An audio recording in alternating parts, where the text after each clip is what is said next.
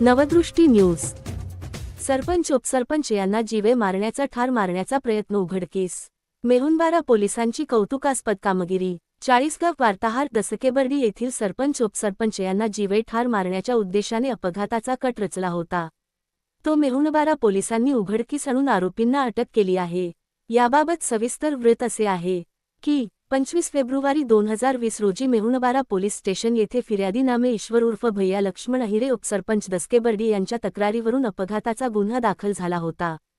नमूद गुन्ह्यातील फिर्यादी अहिरे व सरपंच यांना गावातील राजकीय वमनस्यातून 26 जानेवारी 2026 रोजी रात्रीचे वेळी त्यांच्याकडील बुलेटला शिदवाडी शिवारात समोरून येणाऱ्या पिकअपने जोराने धडक दिली। दोघे खाली पडल्याने यावेळी सरपंच भगवान उत्तम देवरे गंभीर जखमी झाले होते। फिर्यादी अहिरे यांनी हा अपघात नसून घातपात असल्याचा बाबत संशय व्यक्त केला होता।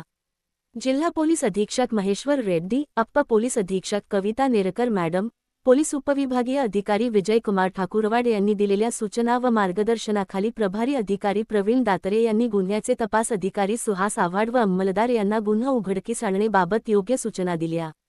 त्याप्रमाणे तपास अधिकारी यांनी सीसीटीव्ही फुटेज व तांत्रिक तपास करून फिर्यादी यांची बुलेट मोटरसायकलला जीवे ठार मारण्याचा उद्देशाने धाक देणाऱ्या पिकअप मालकास पिकअप वाहनासह ताब्यात घेतले।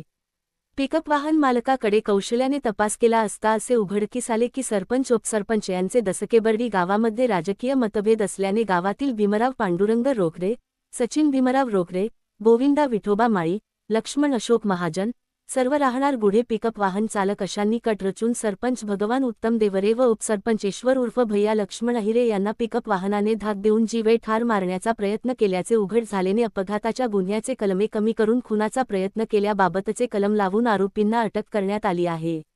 या गुन्ह्याचा तपास मेहुणबारा पोलीस स्टेशनचे प्रभारी अधिकारी प्रवीण दातरे यांच्या मार्गदर्शनाखाली पोलीस उपनिरीक्षक सुहास आव्हाड करीत आहे।